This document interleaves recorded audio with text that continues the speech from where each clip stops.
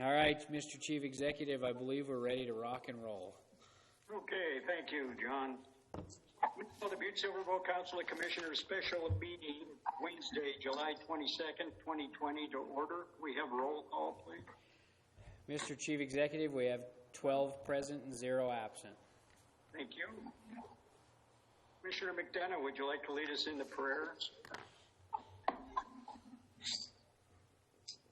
Almighty God, we implore you, look upon us and guide us this night as we make decisions which so greatly affect our community of Butte Silver Bow.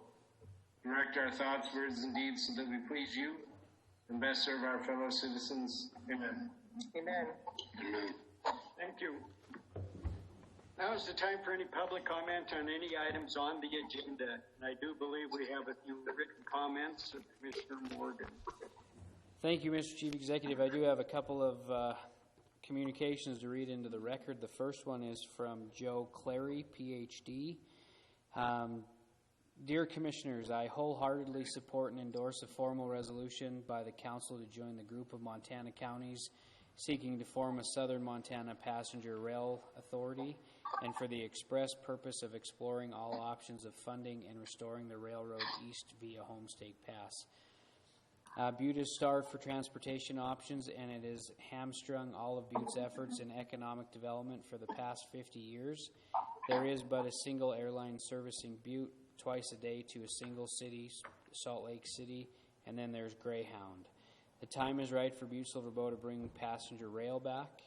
Bulleted list, passenger rail is energy and cost efficient compared to the automobile.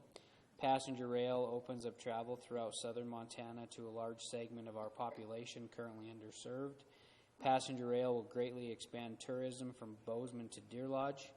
Passenger rail will get our people better connected to the rest of southern Montana cities to improve business opportunities. Passenger rail might induce BSNF, who has until now rebuffed interest in restoring Homestake Pass rail solely for freight transportation, to be motivated to do so if a passenger rail could share the cost and provide revenue. It is a new era to think about Montanans' economic future. Please pass the resolution with all of these factors in mind. The next one is from Janet Cornish. Dear members of the Council of Commissioners, I am thrilled to learn that the Butte Silver Bow is among the cities and counties that are showing support for the reinstatement of the passenger rail line across southern Montana. Improving our passenger rail infrastructure regionally and nationally will be key to developing a more sustainable future for our transportation system. In Montana, it would also mean that we have a safer and more practical alternative to traveling by car within the state, notably for those of us who work requires long commutes, particularly during our long winters. It also can provide transportation services to those for whom driving is not practical due to age or disability. Jay, my husband, and I currently make the 4 to 5 hour trip to Whitefish or Shelby to catch the Empire Building to Seattle or Chicago, or Empire Builder to Seattle or Chicago. Having the ability to take a train from Butte to reach these destinations on Old North Coast Hiawatha route would make rail travel even more attractive. I have been an advocate for expanded rail service in Montana for decades. In 1980, as the director of the Butte Silver Bow Urban Revitalization Agency, I worked with the Butte Silver Bow Commissioner Chair Tom Brophy and Senator John Melcher, hoping to bring the North Coast Hiawatha back to Montana, and participated in a whistle-stop tour and celebration featuring the Butte High Band in an attempt to garner the support of Congress in reestablishing the southern route. I strongly urge the Butte Silver Bow Council of Commissioners to officially join the current effort to restore rail service, particularly along the North Coast Hiawatha line, joining the Empire Builder route in Spokane. Such a move makes sense for our community for a variety of reasons. Rail travel is more energy efficient and provides a safe alternative to automobile travel. It can provide services to areas where air travel is inconvenient, impractical, or non-existent, and will help support regional tourism. According to the International Energy Agency, the rail sector can provide substantial benefits for the energy sector as well as for the environment. By diversifying energy sources and providing more efficient mobility, rail can lower transport energy use and reduce carbon dioxide and local pollutant emissions. Thank you for your consideration. Again, Janet Cornish. The next one is from Lindsay Gordon. Hello, I would like to give some input on the need of a passenger rail line connecting through Butte. I am a case manager at Southwest Montana Community Health Center here in Butte. I help connect our patients to necessary resources to improve their health and well-being. One of those aspects is transportation. I see on a daily basis a need by low-income families who are lacking access to get transportation to and from the medical appointments that are out of town. These appointments are typically with specialists services that are not located in Butte. The appointments are often in Anaconda, Helena, Missoula, Kalispell, Bozeman, and Billings. These patients either cannot drive, do not have a working vehicle, or do not have a support system that can help with a ride. Butte would benefit greatly from having a connection to passenger rail line to assist low-income families to travel to receive necessary medical care. My hope is that Medicaid travel would be willing to step in and help with the rail line costs. They currently already assist by refunding cost of gas, bus tickets, and local taxi rides. On another note, we particularly see a need for transportation between Anaconda and Butte. I often talk about how I should start a shuttle service for people needing to get back and forth from Anaconda to Butte. I am unsure if the rail line would connect with Anaconda, but if it could, it would change the lives of many. And that again is from Lindsay Gordon. The next one is from Tom Richardson, 3251 Sherman. Chief Executive and Commissioners, we strongly support Butte Silver Bow joining the multi-county effort to have passenger rail service restored across southern Montana. I still remember riding the east-west train out of Butte when I was a youngster. The next one is from Mimi Anson. Hello, I think having a train line run through southwest Montana would be awesome. I grew up in Germany where our major mode of transport is a huge network of trains across the entire country and Europe and beyond, and it's a great and affordable way to travel. I've always wondered why there was no trains in this area. It would save so many commuters the hassle of driving one person per car to work, etc. The next one is from Carrie Ann Coe. To whom it may concern, I would be very excited to have a passenger rail line that ran through Butte. It would be a great for Butte tourist industry and would help draw people to Butte and to make it easier for people out of town to use the Butte airport. I know I would use it regularly. I highly support this idea. The next one is from Jiao Hong. Butte Silver Bow Commissioners, I am writing in support of the Montana Passenger Rail to route through Butte. This is an opportunity to bring more tourists to Butte, drawing in an economic boost for a dying city. Our unique history in Butte should be shared with people traveling on the passenger rail. Additionally, as more organized events celebrate the hard work of the current vibrant artist community, people traveling on the train will have an opportunity to experience Butte. What a missed opportunity for Butte if the rail travels through Helena only. The passenger rail would also be an opportunity for local residents, making it easier to travel between cities. The passenger rail would provide a safe mode of transportation through the slick Homestake Pass in winter months or in June. Lastly, Montana's wide open terrain should be preserved and not polluted with traffic. If we can have more public rideshare opportunities, we can reduce our collective carbon footprint. Thank you for your continued efforts. And that's from Joe. Mr. Chief Executive, that's all the letters that I have for tonight. Do you want me to go to the phone line? See if Yes, if there's anyone on the phone line, we'll listen now. Okay.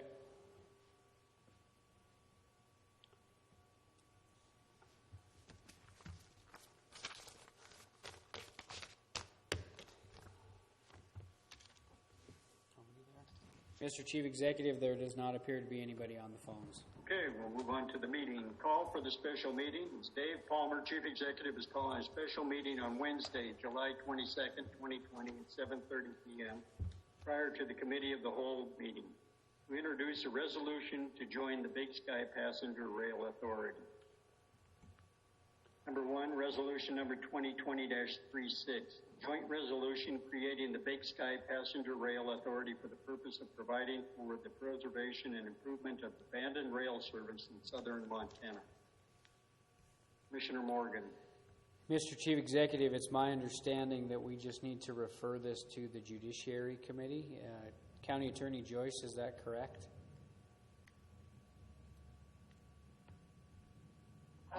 Yes, Mr. Chairman, that's correct, pending the public hearing that will be scheduled for August 5th. Okay. Thank you. So at this time, I'll make a motion that we refer Resolution 2020-36 to the Judiciary Committee. Again. We have a motion made and seconded to refer Resolution 2020-36 to the Judiciary Committee, pending the public hearing on August 5th. Is there anything on the question? Seeing none, will everyone please vote? 1 second, Mr. Chief Executive. We just have to wait for the vote.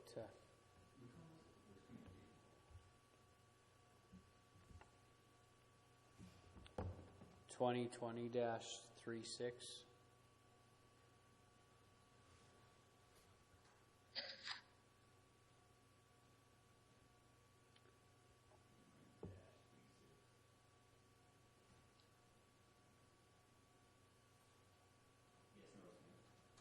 Yep.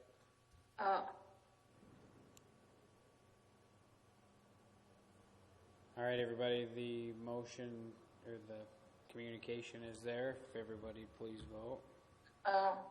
Mr. Chairman, Mr. Chief Executive, I know that the Missoula Commissioner that initiated this request has asked that this resolution be passed on August 5th, and I don't think that the Judiciary Committee is going to meet before then. So I was thinking you could pull it out of the Judiciary Committee, but it won't be on an agenda before August 5th since there isn't a meeting next week. So I don't know if you can just hold this, if you can just put this resolution back on the August 5th agenda. The reason for introducing it was so that there would be something published in the paper that people would know what the reason for the public hearing was, and you're required to, by statute, publish the text of this resolution. So if the resolution wasn't before the council, it would be difficult to publish something that wasn't even before this body, so that's why it was introduced tonight through a special meeting. But I think you could just, if you could put it just back on the agenda for August 5th, and at the public hearing, if there aren't a lot of protests, consider passing it on that night. So, Commissioner Morgan. thank you, Mr. Chief Executive. So, County Attorney, as far as tonight's action goes, should we still refer it to Judiciary? We have to do something with it tonight. Can you just refer it over to the August 5th agenda? I suppose we could. It would be With that, to be introduced at that time, or what? Or just to hold it there for the public hearing? there's really nowhere to hold it, though, Mr. Chief Executive, in the regular meeting. The problem is that the Judiciary isn't going to meet again before August 5th. So I don't know how you you can pass a resolution without reference to the Judiciary. So if you put it back on the August 5th agenda, go ahead. Commissioner Morgan. What if we just refer it to the Committee of the Whole, because then we can pull it out of the Committee of the Whole report on the 5th? Same problem, because you don't have another committee meeting Until the 5th. until the 12th, because next week is, right? Oh, You don't. yeah. That's the problem that Have we already got the public hearing scheduled for August 5th? Mr. Chief Executive, the publication will be this Sunday and then August 2nd, so that it would, I think Commissioner Frederickson in his motion was to schedule the public hearing for August 5th. Is that correct? On the resolution. So, Yeah, it was. But I wasn't under the impression that there was a timeline that we had to pass it after the public hearing. But maybe I didn't see that communication from Commissioner Strohmeyer. yeah, I think the county attorney and the Commissioner Strohmeyer had a conversation, or several of them, trying to get this figured out. And he would like it passed on August 5th, I believe. County Attorney Joyce, did you hear something different? Mr. Chief Executive, that's correct, and that's the way they have prepared the joint resolution.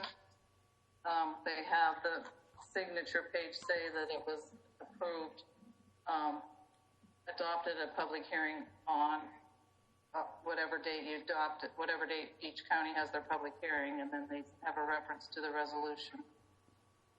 But could we place it on to be read and acted upon, or can you do that? That's the resolution. Mr. Chairman, Commissioner Anderson, it's not a communication. It's a resolution. So could we put in a communication, though, to be read and acted upon to pass a resolution and bring it up through that, or is that kind of skirting it a little bit too much? Commissioner Morgan. Looks like Commissioner Shaw has something to add too, but how did we get here is what I want to know. Commissioner Frederickson, I don't know if you can tell me how we got here tonight.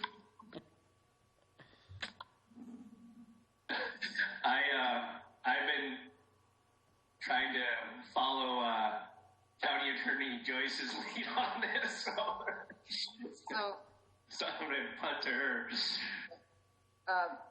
Mr. Chief Executive, Commissioner Morgan, what I was trying to explain earlier is the reason that we requested this special meeting to introduce it so that the public would know what they were commenting on, because you're supposed to have in the paper the text of the resolution, so that when you have the public hearing, they know what they're commenting on. And if we didn't have a resolution before the council that was actually introduced before this body, we couldn't necessarily publish a text of a resolution that wasn't yet prepared. Does that make sense? Mm-hmm. So that's how we got here, because we needed to have a resolution before this body before we could publish it in the paper, in order to take comments on it. Commissioner Shaw. Thank you, Mr. Chief Executive. So if we have the public hearing on the 5th, which is the first thing on the agenda, can't we, right before judiciary, introducing something that's already on here, we've got this resolution tonight, could we not suspend the rules to pass that resolution without, by not taking it through the judiciary committee, and after the public hearing, could we not do it at that time on the 5th? Suspend the rules, take this one that's already going to be in place because we put it on the agenda tonight. Could we not ask to have this suspension of the rules to pass it on the 5th?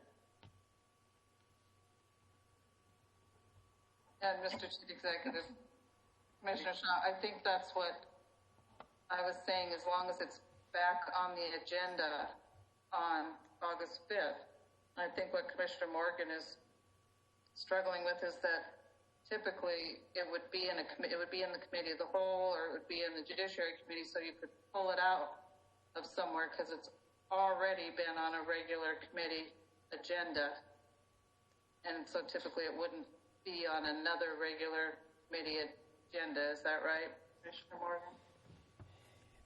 Yes, County Attorney Joyce. I guess my overall thinking is we'll be approving this meeting at the next regular meeting, so the minutes could be on that next regular meeting.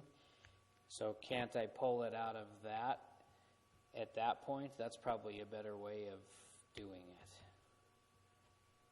Right. it out of the committee of the whole, this committee of the whole meeting on August 5th. Correct. So, yes. So refer it to the committee of the whole. See, it's not. Yeah, it's not on the committee of the whole. It's not on this week's agenda, committee of the whole agenda. It's on a regular, this is a special regular meeting. Exactly. And you're not going to have another committee of the whole agenda, just like you're not going to have another judiciary agenda before August 5th. Could Commissioner Morgan make a motion to refer it to the regular meeting to suspend the rules for the final passage without reference to the judiciary? That work? Yeah. I think he could, yes, make a motion to place the August 5th agenda. Yes, under suspension of the rules. Because typically what you would do with it is refer to judiciary. So if you're not going to refer to judiciary, I think you could move it to August 5th to have it passed on that date under suspension of the rules. So I'll make a motion that we refer resolution 2020-36 to be on the August 5th agenda under section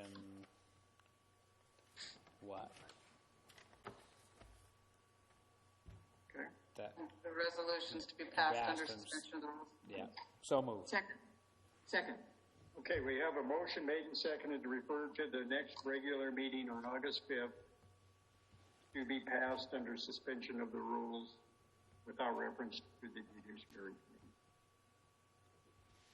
Anything on the question? Commissioner Olson? I think we just voted on a similar vote and I don't know that was ever counted, was it? Because I still have the voting up for the original motion to send it to judiciary that was passed, but it was never formally passed. Do we need to act on that before we act on a second second motion? Make a substitute motion if you would like, Commissioner Morgan. Mr. Chief Executive, I'll withdraw my first motion and then just have the second withdrawn.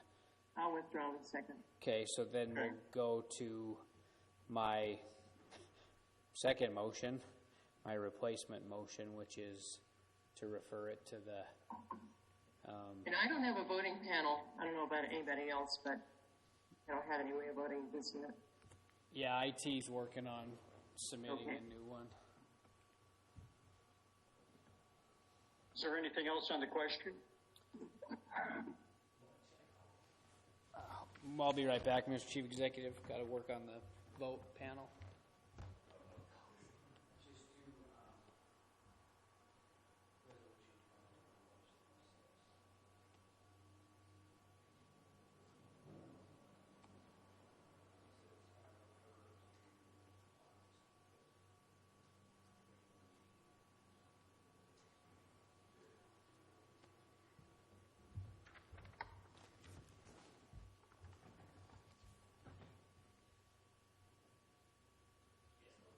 Yep.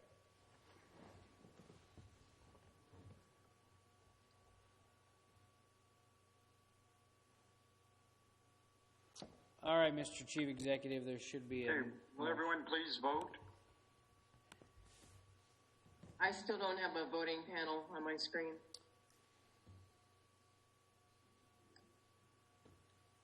Okay, does everyone else have a panel? Okay, anyone wishing to change their vote?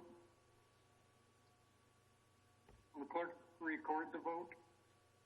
Mr. Chief Executive, I believe we just need Commissioner Shaw to do a verbal Commissioner vote. Shaw, how do you vote? Yay? Yay. Thumbs up? Okay. Motion, will the clerk record? We're still missing one other, Mr. Chief Executive.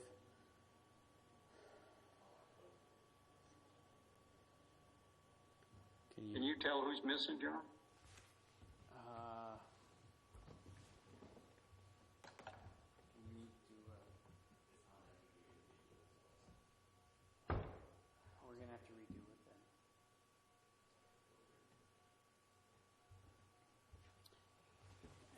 Mr. Chief Executive, we're going to have to redo the vote.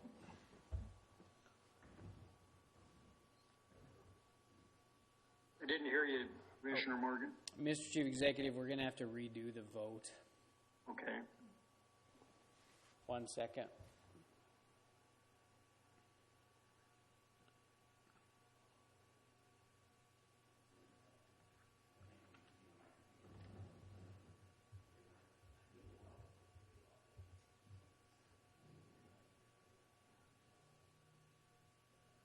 I hope the train rides are faster than getting the resolution passed. What about polling the commission? I mean, Okay, the panel's back up. Will everyone please vote? Anyone wishing to change their vote? Will the clerk record the vote? There's 12. 12 yea. All right, Mr. Chief Executive, we have 12 yea, 0 nay. Motion carries. Commissioner Morgan. Mr. Chief Executive, I'll make a motion, we adjourn. Second. Motion made and seconded to adjourn. All those in favor? Aye. Aye. Opposed? Does everyone have to X out of this meeting or can we stay right here? Just sit back, relax, and wait for the Committee of the Whole meeting to start up. Hello, Commissioner Frederickson.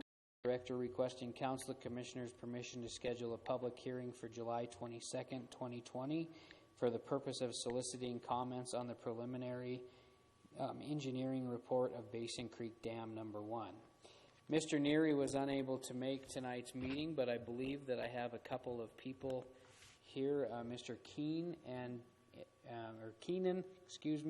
and Jeremiah from Great West Engineering. So, Jeremiah, I don't know if you have a report that you'd like to talk about, or Jim, but I would go to Chairman you. Morgan, just a minute, can you get proof of publication, please? Oh, County Attorney Joyce, can I get proof of publication? Mr. Chairman, yes, there is proof of publication, and it does appear to be in order Okay, for this communication and the next public hearing. thank you. Jeremiah. Okay. Thanks, everyone. For the record, my name is Jeremiah Theys, Theys. I am a project manager with Great West Engineering.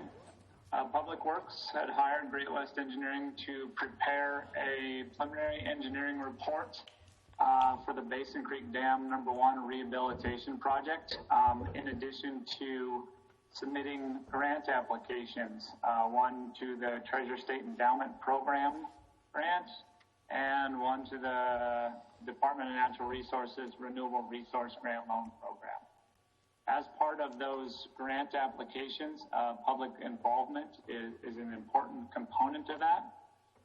And with the status of the state and COVID and such, we weren't able to host a public meeting or hearing to take comment on the applications. So those grant application or organizations allowed an extension of the public comment period. So we were optimistic that we could actually have an evening public meeting where folks could come, in an open setting. Well, that is still not the case. So we're here presenting a virtual public meeting, I guess.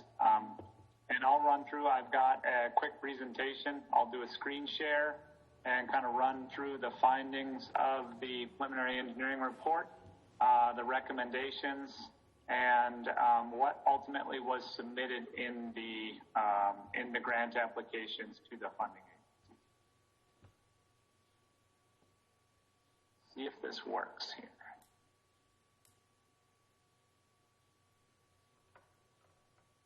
All right, can you see that? Yes, we can. Okay.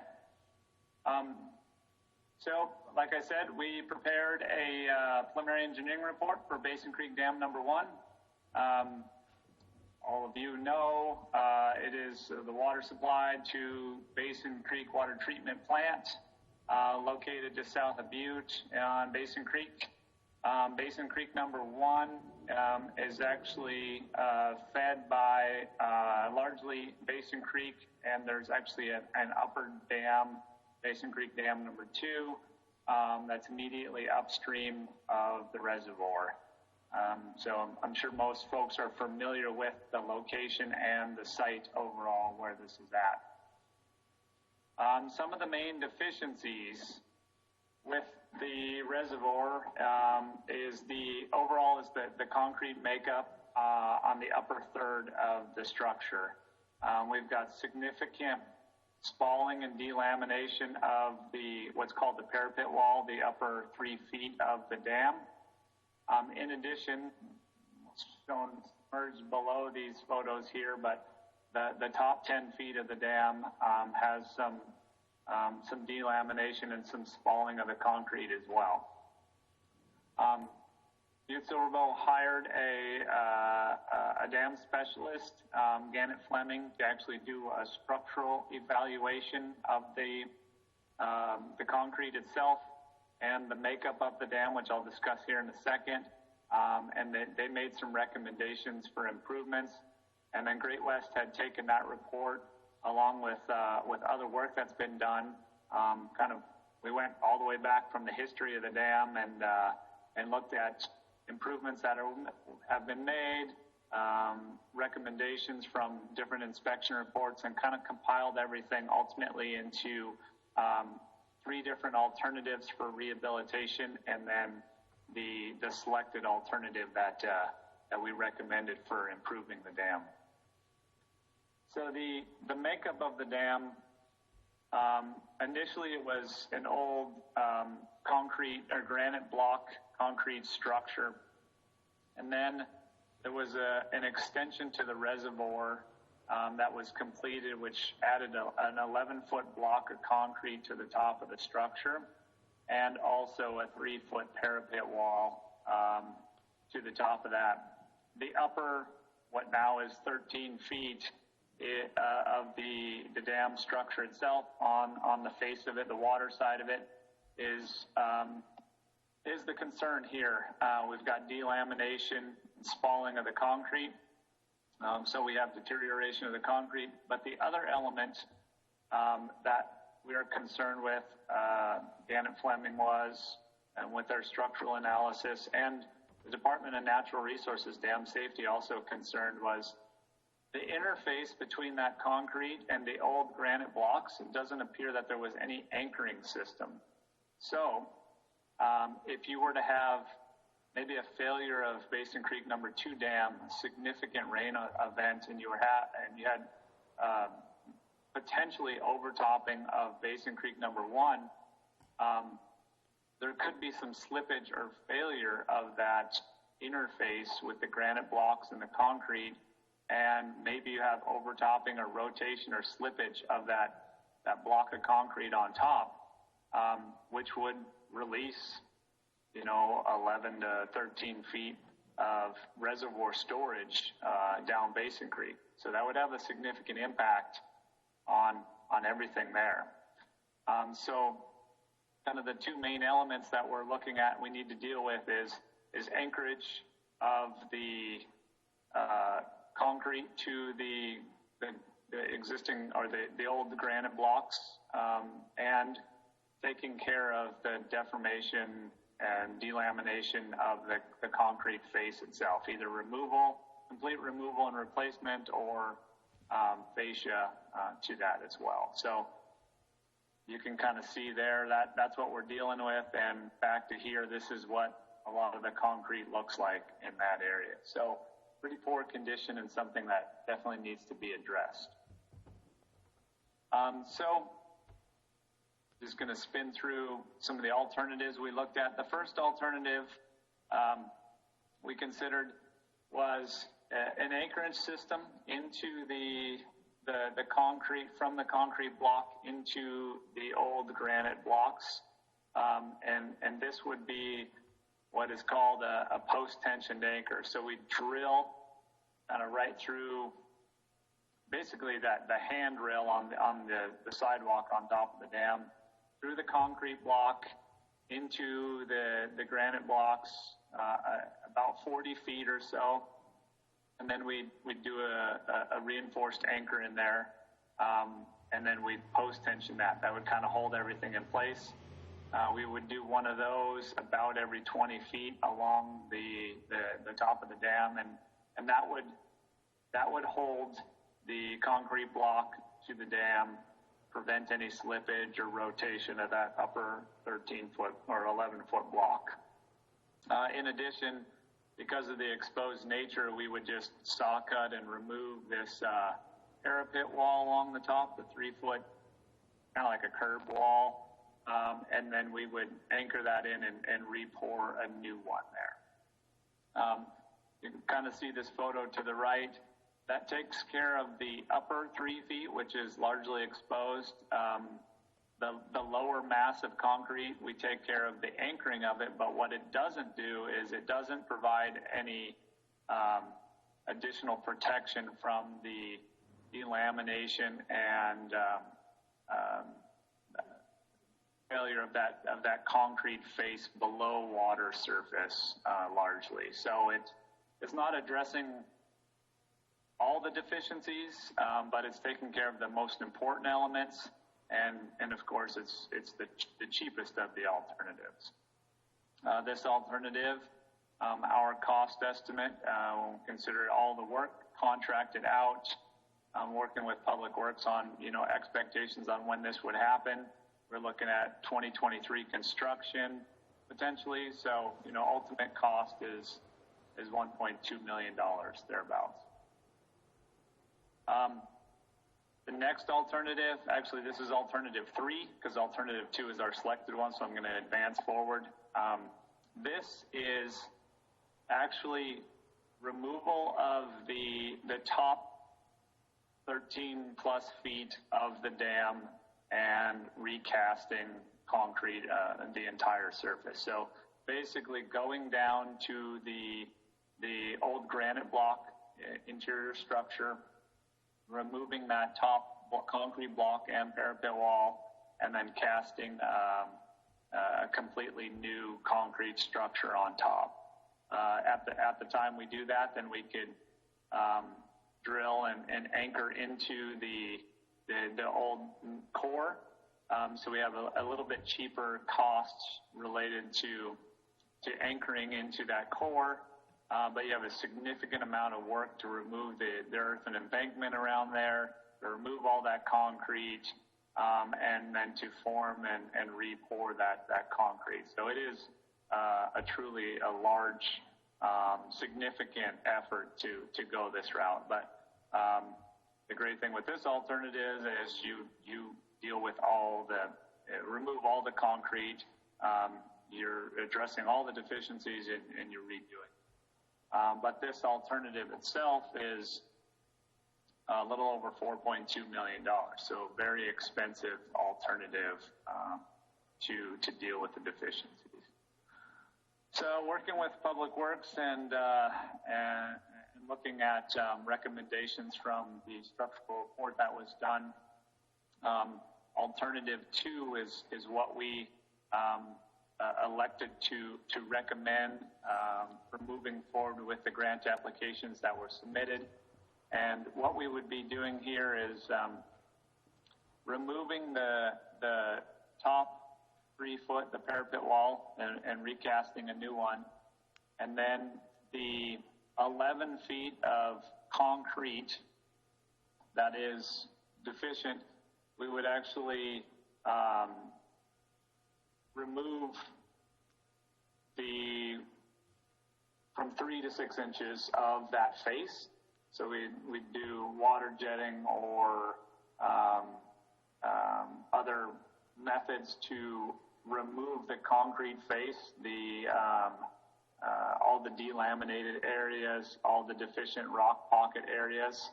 And then what we would do is actually anchor and pour a new fascia to that section. And there's actually some existing shotcrete that was done along there that's deficient. We would remove all of that, all the deficiencies, all the rock pockets, voids in that 11 feet, and then we would pour a new face to it, basically. And then we would put that new 3 foot parapet wall on. In addition, like with alternative 1, we would still have the post tension anchors through the concrete block, into the granite existing masonry core on there. So we kind of take care of all the deficiencies there with this alternative at what would be a lower cost than alternative 3, which I just talked about. So with here's a little bit further analysis, but here's kind of the anchoring system. So we would drill through the concrete into that block, roughly 40 feet, about 20 foot on center anchors, and then we would do these post-tension systems. There's still significant amount of work because we'd have to get a drill rig similar to this photo, kind of on the lower right, along the face of the dam to be able to drill those in and post-tension them once they are set in place. But it is work. There's contractors that do that type of anchoring system all the time, so it is not out of the norm as far as construction work. It's just quite a bit of work overall. The cost estimate for the recommended alternative is just over $2 million. So it is a significant investment, but it is taking care of the noted deficiencies and the structural issues that you have with Basin Creek Dam number 1. So, kind of as I talked about, Butte Silver Bow has already actually submitted grant applications. As part of the preliminary engineering report, there was a grant application prepared for the Treasure State Endowment Program and to the DNRC Renewable Resource Program. There was a uniform application for public facilities projects that was prepared and signed and submitted along with those. I'm not going to go through everything that was in the document, but it did kind of break down the history, the deficiencies, the recommendations, and the funding sources. So as you can see here, based on that $2 million plus price tag, we submitted a Treasure State Endowment Program TCEP grant in the amount of $500,000. That was the maximum that Butte Silver Bow was eligible to potentially receive. And then the DNRC Renewable Resource Grant and the maximum grant applications for that one was $125,000. That application was submitted June 1st. The other application was submitted June 12th. So those next with the 21 legislative cycle, you will find out if you're successful on those grant applications or not. There's a whole priority ranking process that go along with those. But there was a lot of work by county personnel, Great West, pulling everything together, and I feel you got a really strong applications there. There's definitely a need and for this project, not only safety but for just the longevity and water supply to the treatment plant there. You guys invested a lot in the treatment plant. We want to make sure you have a reliable water source for a long period of time there as well.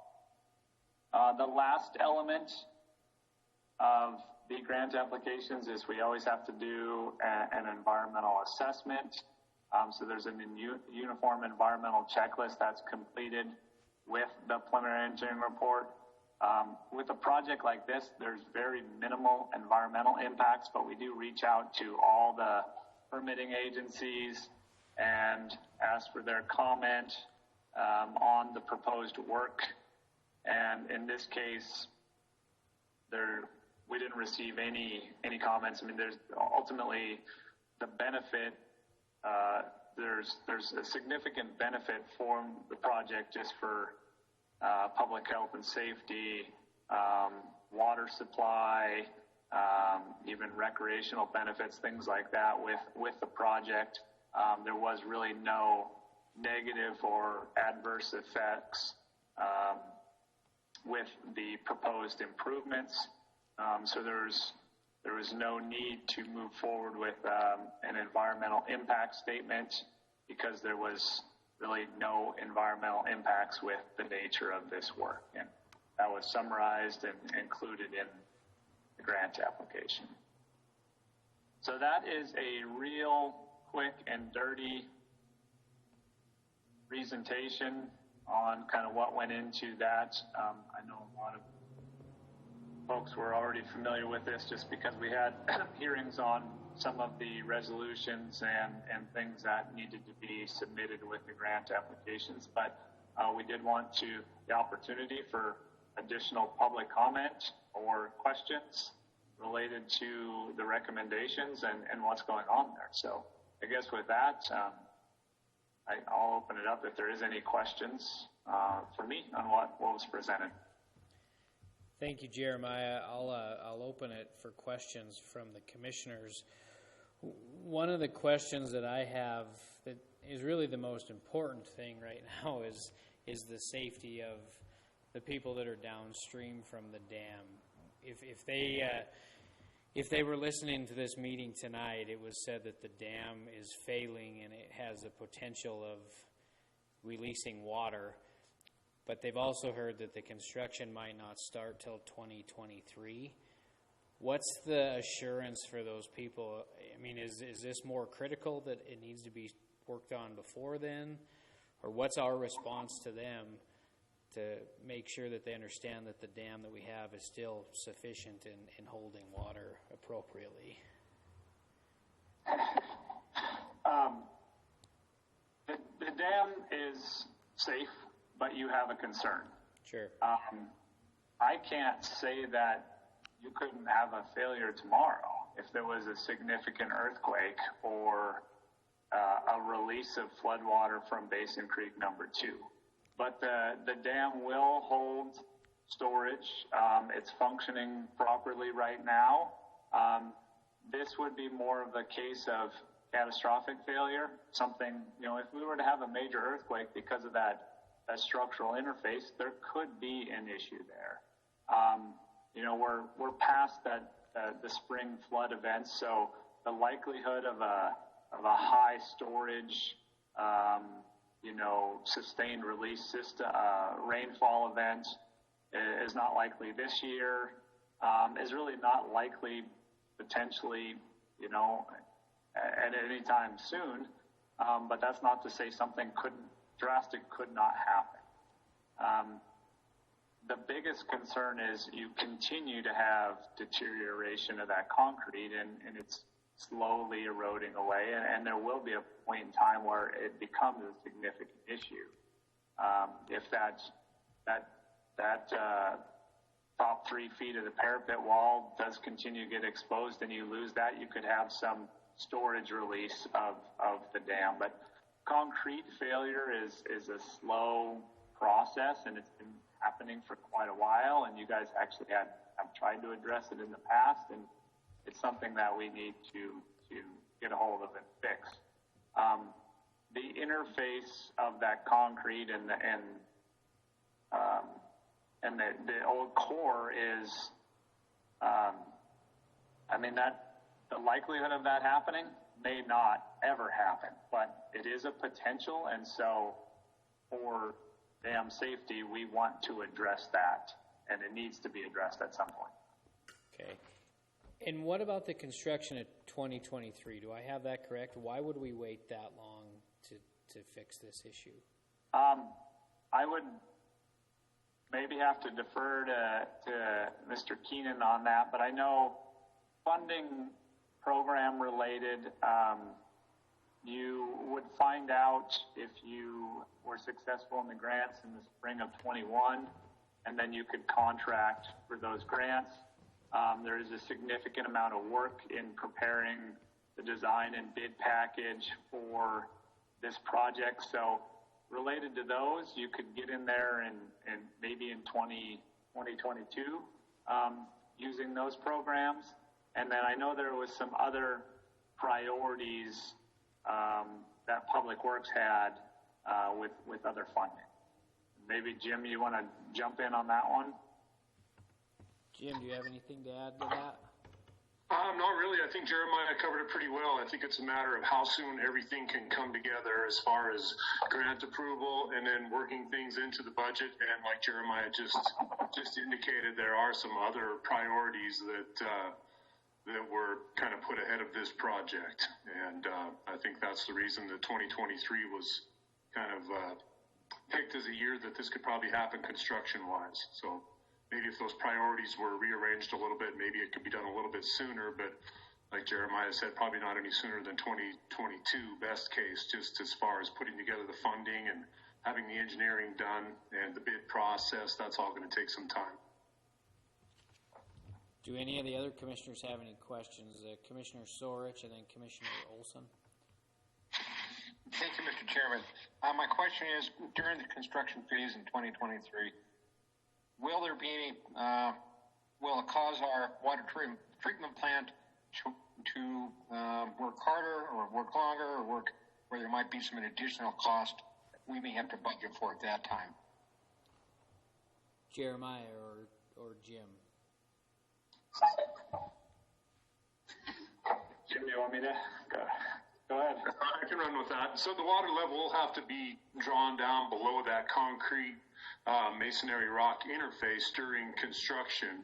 I think, and correct me if I'm wrong, Jeremiah, that you're anticipating that construction would happen in the fall, towards the time of year when we're probably going to have the reservoir drawn down pretty close to that interface anyway. So I don't think that there would be a real significant impact because we really depend on Basin Creek Reservoir water supply the most through the irrigation season. So I think we'd probably be trying to do the construction towards the end of the irrigation season when we've already started to draw the reservoir down to the point where the work could be done. And then hopefully it would be completed by the time the next spring runoff came around so that we probably would not have to depend more on other water supplies during the construction. But maybe Jeremiah might have something to add to that. Yeah, no, that is kind of what we were looking at schedule-wise. And I didn't mention, but part of the priority basis is making sure the pumping station on the big hole is operational and things are functioning there, because we do have to draw that reservoir down below that 11-foot line so we can get in there and work on the concrete face. And so there would be some interruptions of water supply to the Basin Creek water treatment plant, so you need to have your redundant water source online, ready to go. And so that there is some priority work there and taking care of the pump station on Big Hole and making sure you can utilize that. And then, like Jim said, late summer into fall would be ideal construction when demand is a little low, but you still are able to get in there and do the work. And so, that'll kind of depend on contractor schedule, but fall of 23 would be an ideal time to get in there. Ms. Gleason, I think you might have a response to our previous question. Yep, I just want to jump in on the budget priorities a little bit more. Jeremiah and Jim did a good job on there, but in our talks to the priority, like Jeremiah just mentioned, is making sure that the Big Hole transmission line is complete, and that was our major priority. Most of that line is funded through NRD money, but the counties also had to put in about $500,000 to finish the rest of the line. And that will be a project that you've seen in the budget this fiscal year. And Public Works Director Mark Neary had prioritized that with the Chief Executive as his main priority prior to completing the construction or even beginning the construction on the dam. Okay, so those are the other priorities. Yep, that was the main priority for the Public Works Director. Okay. Commissioner Olson, you were next. Thank you, Chairman Morgan and Jeremiah and Jim. Since I'm one of those folks that lives probably about 2 miles down the valley from that, it's important to me that I want to keep that dam structurally safe. One of my questions is in the testing, it looks like just the surface of the concrete is falling due to probably freezing and thawing of the rock. It's not deteriorating to the point that that block that sits below the parapet and on top of the granite blocks, that's solid. It's just the fascia that needs to be replaced. That's my question. Yeah, that is correct. It's mostly related to freeze-thaw, and the worst of the deterioration is on that parapet wall. It's right on the water surface there. You do have some delamination along the face, but the core of the block is competent material. And there was some shotcreting that was done in the past, but it doesn't appear that there was proper anchorage into that to kind of hold everything together. So you still got some separation of that existing shotcrete that was done. So, typical process is, you need to do some removal of all those voids and spaces and delaminations until you get down to competent concrete, and then provide an anchoring system into that, and then a concrete face on top of it. We're looking at, until you get in there, you don't know exactly, but it'll be probably a foot thick or up to 18-inch thick wall face that would go on that concrete. Okay. Commissioner. Thank you. Commissioner Shaw. Thank you, Mr. Chairman. This is for Danette. So let's say those two grants are approved. That's like $625,000. It leaves about 1.3 and some change that we'd have to come up with. Are we talking about bonding? I mean, is this something that we have to spread out over several years? Can you maybe give us some enlightenment on that, Danette? Thank you. Ms. Gleason. Yes, Commissioner Morgan, Commissioner Shaw. We would anticipate searching for some additional grant funding resources that are out there. There's a couple of other areas that we can look at in FEMA and EDA. Right now we're exploring some FEMA opportunities, but at the end of the day, it would have to come down to if we weren't successful with any of these grant funding, we would definitely have to be looking at some type of financing.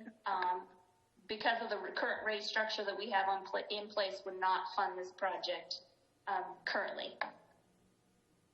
Thank you. Mm-hmm.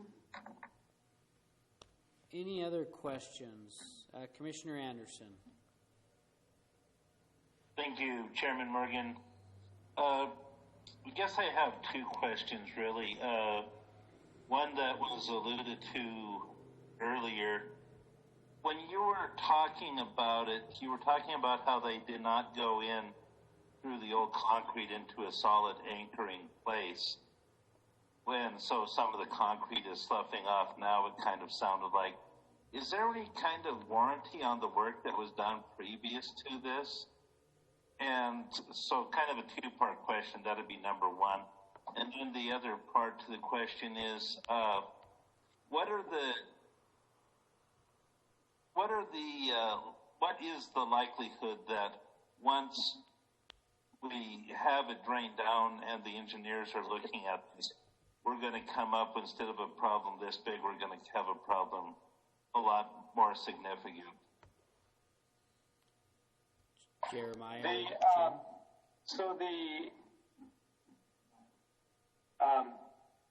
The shotcrete that was done, I guess I'm not sure the date of that. I know it hasn't been any time recent, so I don't know about any warranty. Okay. The anchorage between the old granite and the mass concrete, I know you're not going to get a warranty there because the granite blocks were built in 1897, and then that massive concrete was built in 1913. So they have been there for a long period of time. But that shotcrete, it's got to be 15 or 20 years old. I'm not sure the life of that. Now, as far as exposure to a larger project, I think we took alternative 3 was looking at that potential larger project. If we, just assumed removal of that mass concrete on top and redoing it all, that would be what we need to do. But there's, with the structural analysis you had completed, and testing, that mass concrete is competent material. So there could be some variability in the amount of work that we need to do along the face, but we're not anticipating having to remove that entire block at the $4 million price tag. And we do have in our estimate, I mean, we have, that includes a 20% contingency on the cost estimate just for, potential unknowns when you get in there and that kind of work. But we do try and be conservative, like with the post-tension anchors on the maximum depth that would be there, because, with any grant applications and public infrastructure, planning, I don't want to come back and say this is a $3 million project. I'd rather come back and say it's $1.5 million when we get bids, and it's, more palatable for everyone. Follow-up, Commissioner Anderson. Thank you very much, Chairman. Thank you for that answer. And then I guess the second question will be for you, Danette. You alluded to there's nothing to do with to cover with the rate structure as it is now. What will this do down the road, say 2 or 3 years, to our water rate structure? I know that in years past that has been a very touchy subject. Ms. Gleason? Commissioner Morgan, Commissioner Anderson, I think every year we should be assessing the enterprise rate funds and doing incremental increases so that we do have reserve components in the rate structures to help assist with some of these capital costs so they're not so significant when things happen. Today we're finding that success in the landfill because we're not having to go through for the Cell 4 expansion and look for a rate increase on a little over a $3 million project out there. So going forward after this year, when we get through the COVID and we get on to some new days and better times, that would definitely be my recommendation going forward, to have some type of O&M capital reserve built into the rates. But to get back to your more question, as of today, we would have to look at either eliminating some of the main renewals or the water main renewals. We anticipate putting about $400,000 to $500,000 in annually. We'd have to look at either delaying those renewals for 2 years to help offset any type of rate increase, or we would have to fully bond and go for a fully funded project, just depending upon the success of the grants. And when we look at those in enterprise funds, we're not just meeting the cost of the project in the rates, we also have debt service coverage ratio. So it depends upon what type of funding that we're looking for, that we would have to meet those debt coverage ratios. So it's really tough for me to say today what we'd be looking at for a rate increase in 23, because we have other elements, operating costs increase, we have labor costs that increase. I will say in the water division, we've seen significant savings on overtime costs, and we've also have been seeing significant savings in a lot of the just the main operations of the plants themselves. Jim and his crews are doing an excellent job with conserving on those O&M costs. So as far as giving you an exact rate increase number, would it be 5% or would it be 10%? I'd be just totally guessing right now. I guess I really can't give you an answer what that would look like. Just gave you a lot of information and no answer. There's just so many elements you have to look at. It's not as simple as what would this project cost. A lot of different elements. So Jeremiah, are the numbers that we're looking at along those lines tonight, are they 2023 numbers or are they 2020 numbers that can be inflated? No, that's 2023. We assumed inflation and construction costs in 2023. Okay, thank you. And just to add, we would probably be looking at, by 2023, just for operation costs, we'll be looking at some type of rate increase in the water division. Okay. Commissioner Olson? Thank you, Chairman Morgan. Jeremiah and Jim, Commissioner Anderson brought up the point of a warranty on this. Could we get a 120-year warranty on this dam work? Just kidding.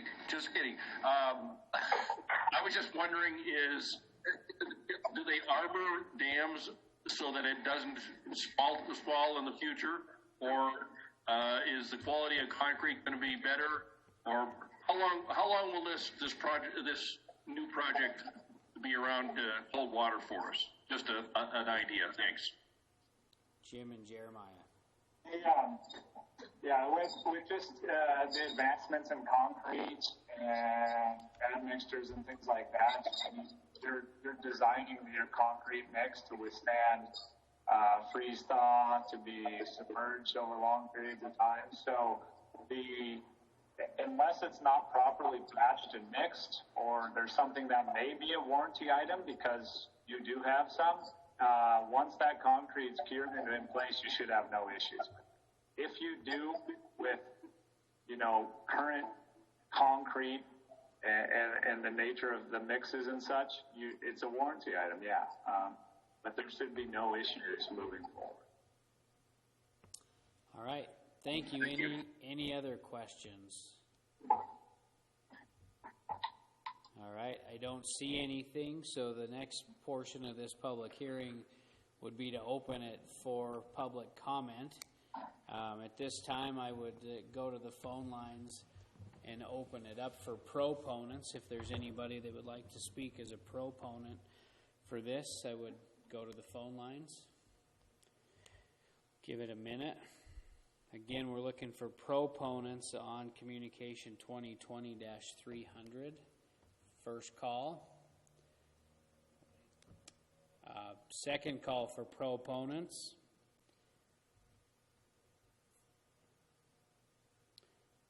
Third and final call for proponents. Again, I'm just looking at the phone line.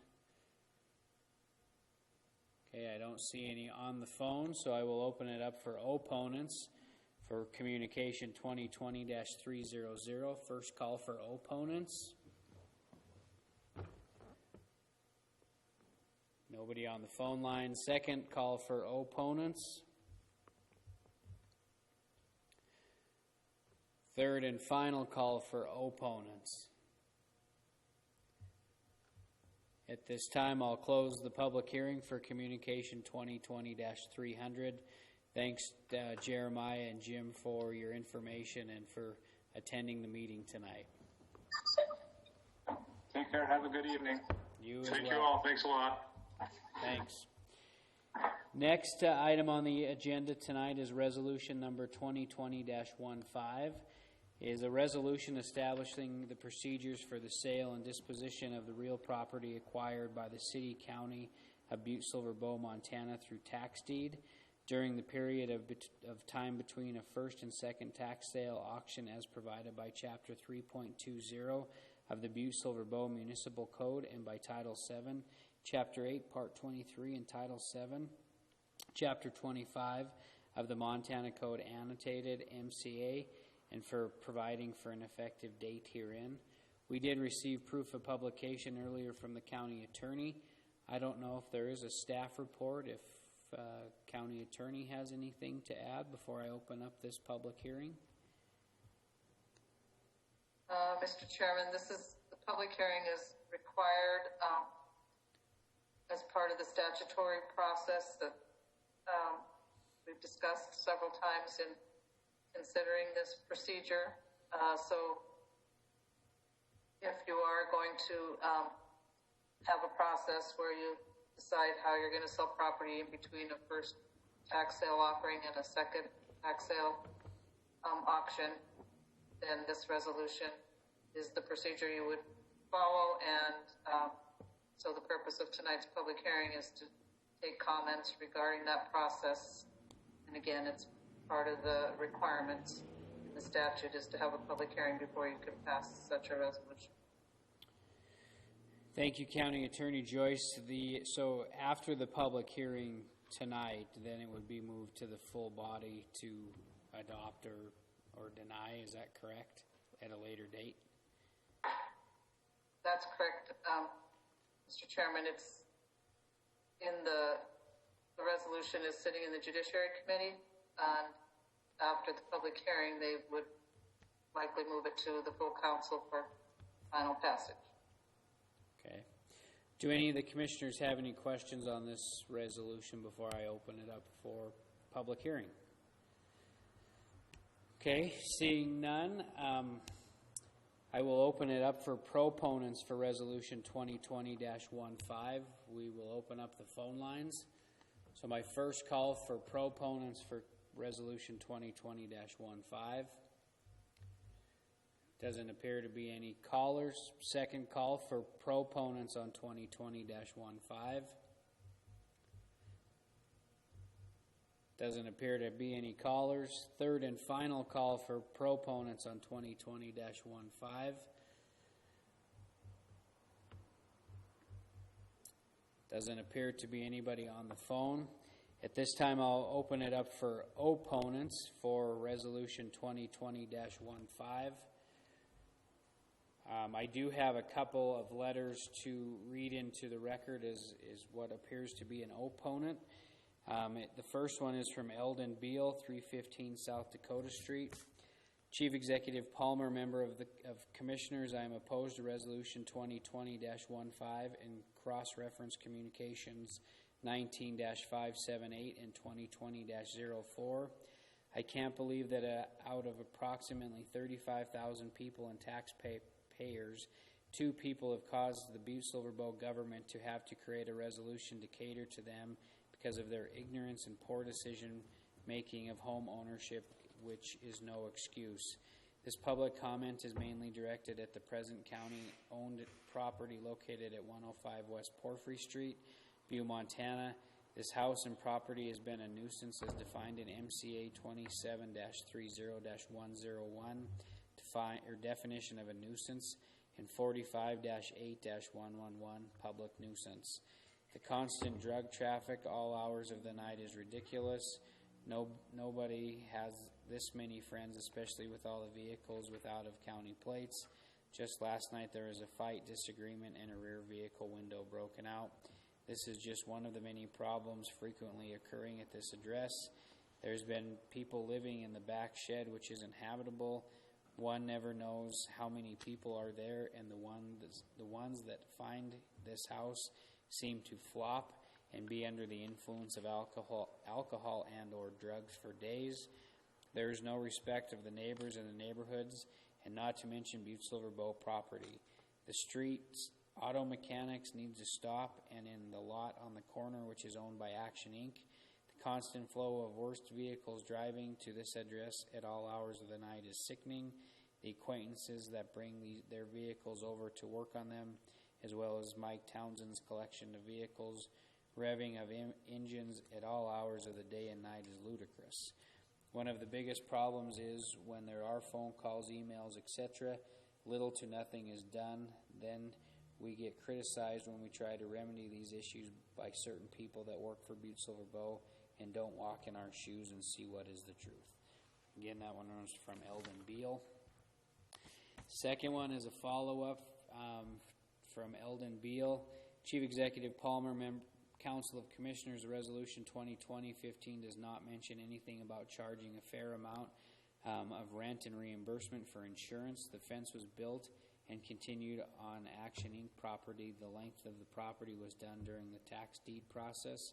There's been no maintenance to this property by the county since it was acquired by the county of Butte-Silver Bow as being the registered owners. The majority of the resolution is repeated over and over.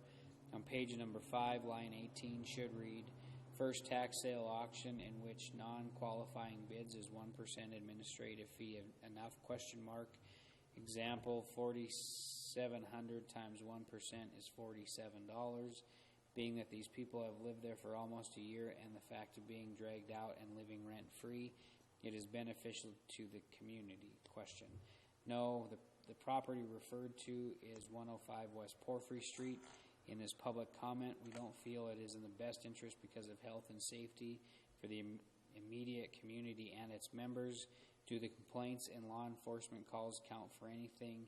yes, I think the county of Butte Silver Bow should do toxicology testing in and around their property, and then that again is from Eldon Beal from Butte. I will go for the second call for opponents for Resolution 2020-15 to the phones. Doesn't appear to be anybody. Third and final call for opponents on Resolution 2020-15.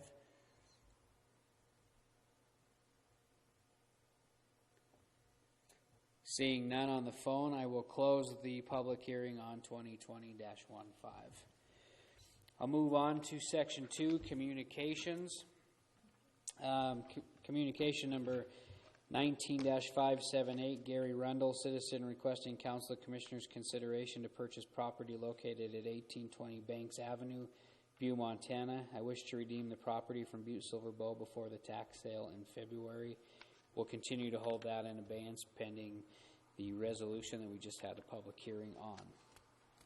Number 2, Communication 19-582, Ed Banderob, Greeley Neighborhood Community Development Corporation, requesting Council of Commissioners to invite a Montana DPHHS toxicologist to give a presentation relative to the hazards risks to human health of heavy metal contaminants present in the Butte Silver Bow community. Just to give the commissioners an update on this, myself and Commissioner Shaw were involved in contacting Ms. Sullivan regarding this. As the commissioners will recall, the toxicologist from the state of Montana resigned shortly after this communication was brought to them. At that point, Ms. Sullivan still did try to get a toxicologist to come to Butte, and it's been a few months since that time. In lieu of everything that is going on with obviously COVID and other things, the state has respectfully declined at this point of coming to this council to give a presentation, mostly based on the staffing that they currently have. And so at this time, I would ask that we either just note this communication and place on file, or whatever else this body would recommend. Commissioner Shaw, did I leave anything out?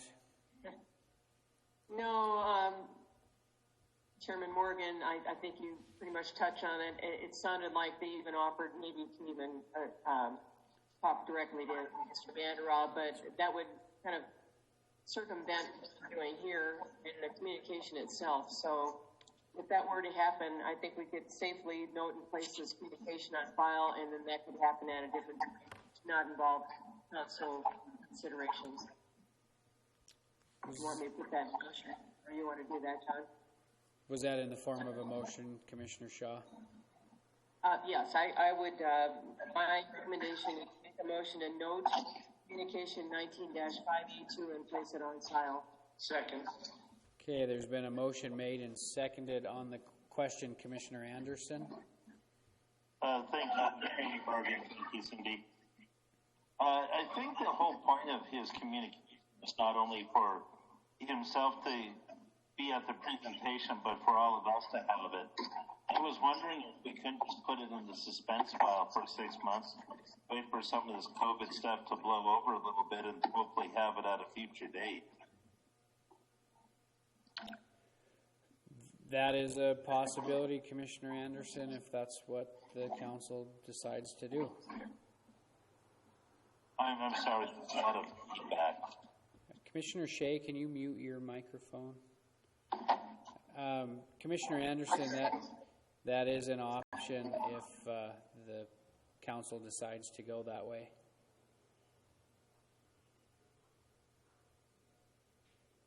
I would make that in a form of a motion then to put that in the suspense file for 6 months, and then to revisit it at that time. That would be a substitute motion, Bill? Correct. Okay, there's been a substitute motion. I'll second it. It was seconded by Commissioner Sorich to move communication 19-582 to the suspense file for 6 months. Is there anything on the question? Would everyone please vote?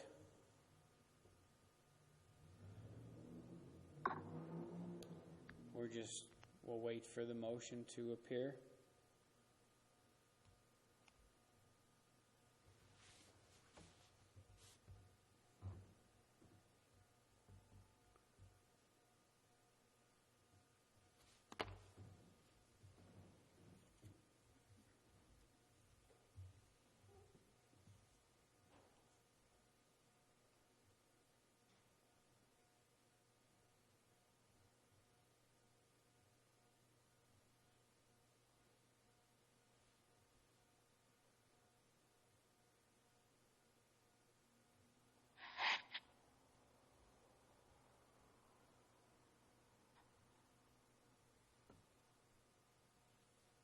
We are voting on the substitute motion, correct?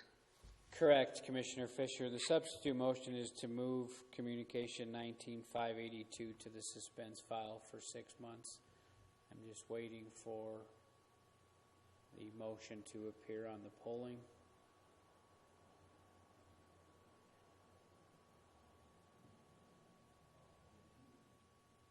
What's that? I'll be right back. I feel like we need to pipe in some Jeopardy, Final Jeopardy music for the voting period. Or a new system, maybe.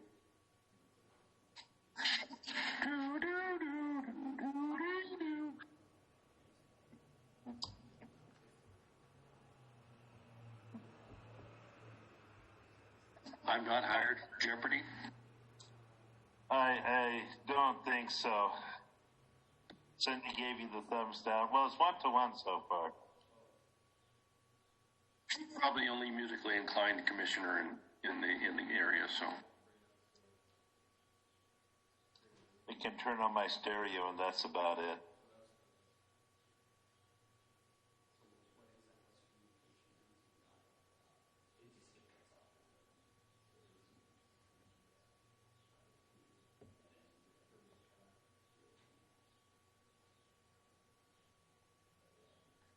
About anybody else, but I did get a vote up on mine, a polling, and I voted, but I don't know if anybody else did.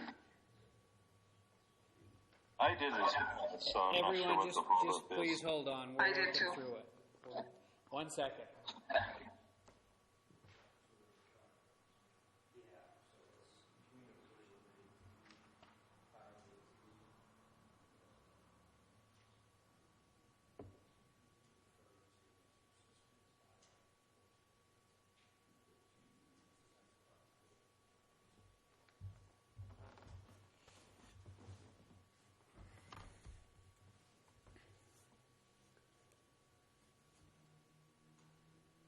I suggest we poll the commission with a voice vote. Commissioner Fisher, we're almost there. There you go. You should have it before you now.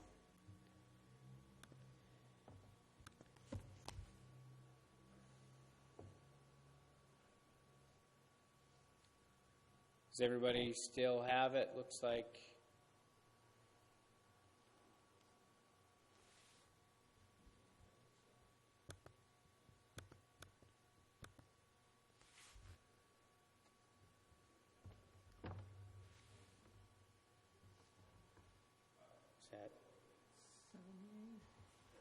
Looks like, would anyone like to change their vote?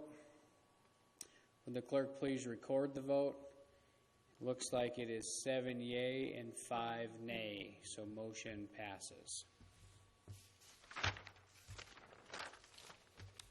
Next item on tonight's agenda is Communication 2020-04.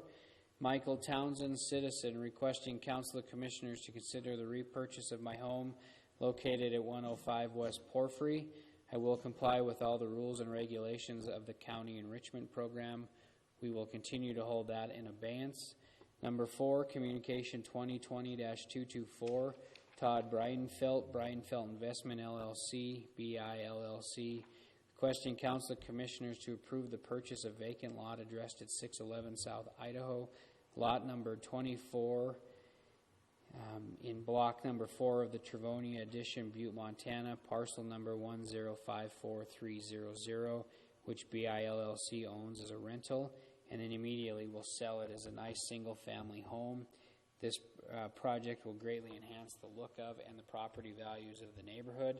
We'll continue to hold this in abeyance, as last week we approved a resolution to rescind from one of the previous owners, and then now Todd can go before the Land Sales Committee and they can take action on that again.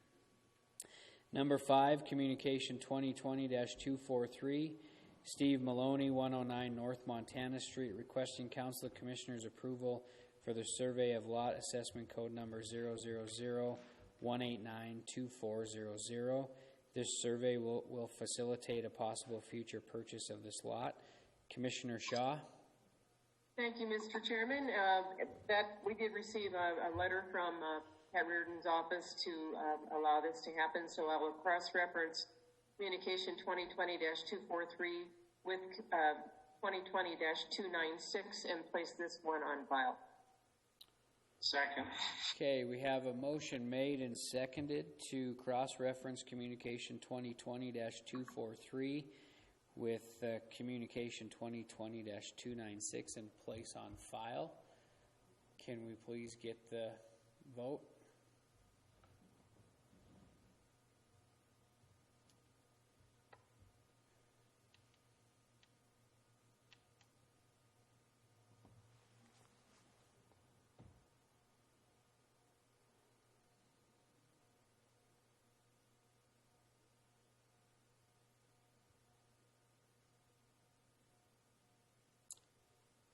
Everyone still vote, or can everybody see that?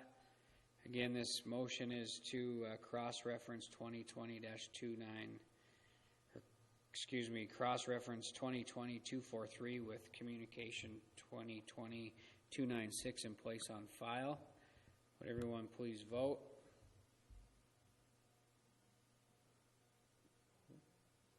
Okay, would anyone like to change their vote? Would the clerk please record the vote? That looks like it's, that's the last one.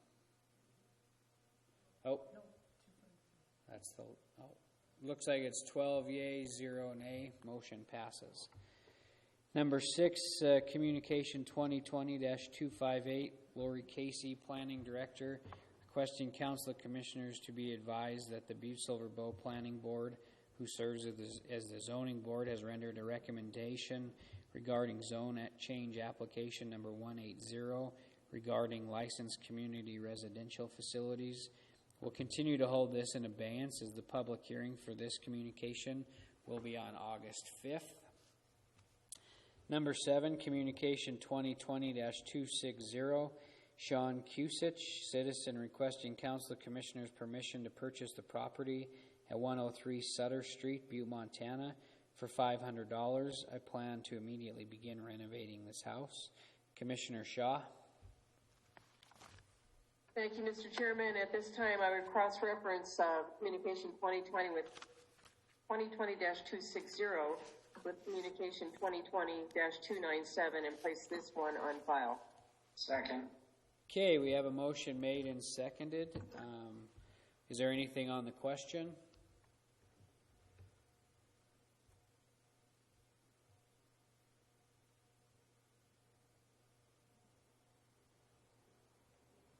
Okay, everybody should have that before them.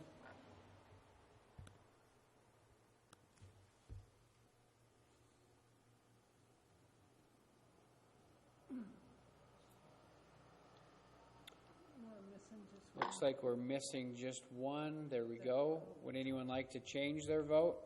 Would the clerk please record the vote?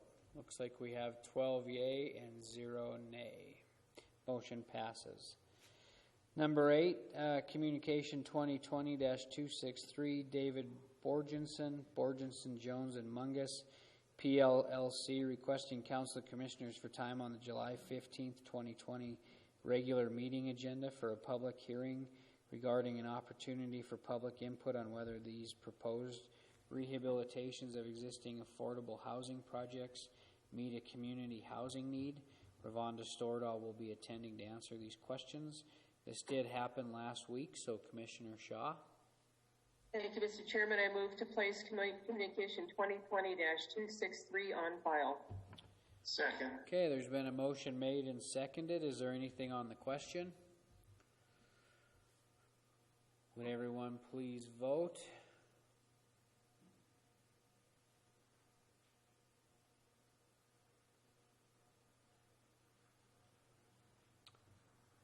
One second, we're just drawing that up.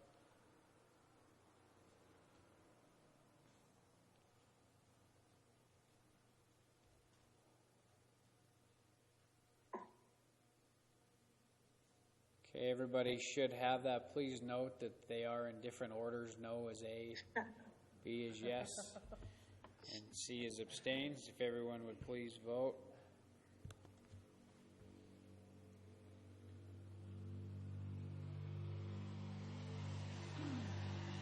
Commissioner McDonough looks like has a question. Commissioner McDonough. Thank you. I'd like to change my vote. Okay, let's. McDonough is, I'd like to be yes. I just like. Okay. So so 10 yea and 2 nay. Commissioner Callahan, did you intend to vote no?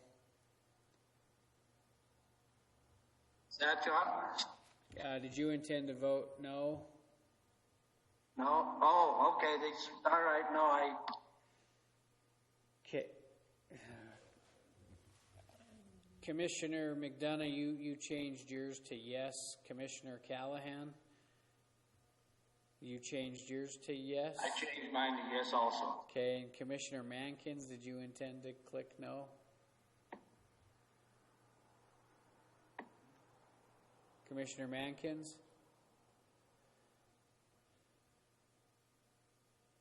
Okay, so it looks like it would be, what, 11 yea, 1 nay. Motion passes. Number 9, Communication 2020-268. Eric Gonder, FOG Inspector, requesting Council of Commissioners for time on the July 15th, 2020 regular meeting agenda for a presentation on fats, oils, and grease FOG program. We did hold this last week, so Commissioner Shaw. Thank you, Mr. Chairman. I move to place communication 2020-268 on file. Second. Okay, there's been a motion made and seconded. Is there anything on the question? Would everyone please vote? Please take note, A is yes, B is no, and C is abstain.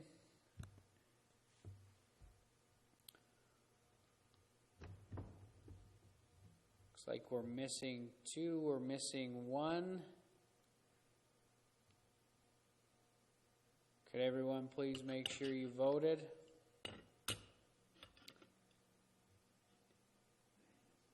Commissioner Mankins, it looks like we need your vote.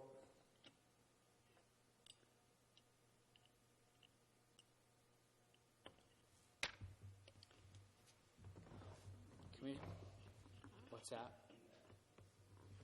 Looks like Commissioner Mankins got kicked off the meeting, so we'll wait a few minutes and allow him to join. Commissioner Mankins, can you vote on this communication?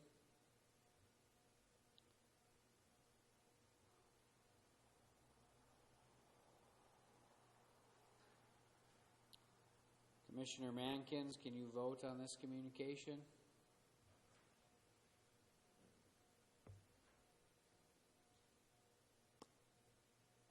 I think he's still trying to swim back to the island since he got booted off. Commissioner Mankins, can you vote on this communication? He said yes. I'm trying. Oh, there he is. Just a verbal vote is fine. Yes. Okay. Anyone like to change their vote? Would the clerk please record the vote? Thanks for the new computer. Looks like we have 12 yea and 0 nay. Motion passes. Number 10, Communication 2020-274. Danette Gleason, Finance and Budget Director, requesting Council of Commissioners for time on the July 15th, 2020 agenda to make a presentation on the fiscal year 2021 budget. We did have that last week, so Commissioner Shaw. Thank you, Mr. Chairman. I move to place Communication 2020-274 on file. Second. Okay, we have a motion made and seconded. Is there anything on the question?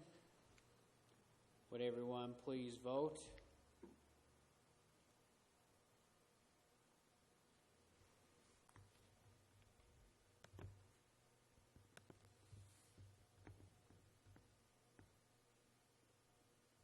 Would anyone like to change their vote? Would the clerk please record the vote?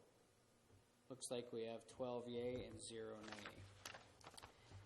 Number 11, Communication 2020-282, Lisa Warden, 7 West Pacific, Butte, Montana, requesting Council of Commissioners to purchase 2 small pieces of land from Butte Silver Bow in the amount of $300. These 2 strips are too small to put anything on, and I have been maintaining them for the past 3 years. We'll continue to hold them in abeyance pending the Land Sales Committee recommendation.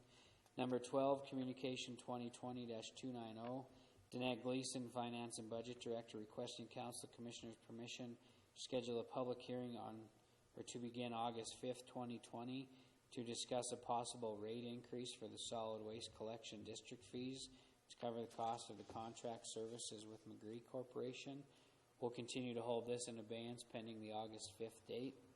Number 13, Communication 2020-291, Danette Gleason, Finance and Budget Director, requesting Council Commissioners' permission to schedule a public hearing for the adoption of the fiscal year 2021 final budget and establish the user rates for Metro Sewer System, Stormwater System, Solid Waste Disposal, and Road Maintenance District. The public hearing will begin on August 5th, 2020 and be continued until the Council sets a date to adopt the fiscal year 2021 budget and fix the rate and levies. We'll continue to hold this in abeyance pending the August 5th date as well.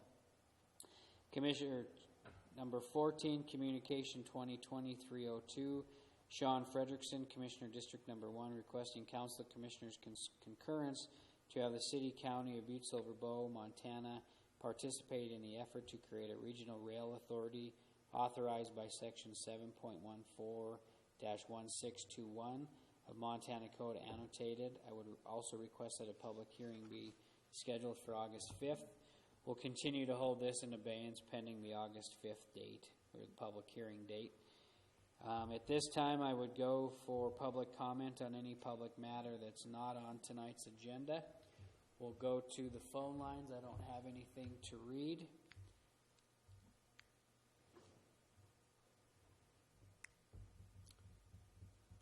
Doesn't look like we have anybody on the phone, so I would ask for a motion to adjourn. I would move to adjourn. Second. Thank you. All those in favor? Aye. Aye. Aye. All those opposed? Motion passes. Thank you, and have a great night, everybody. Thank you, John. Bye.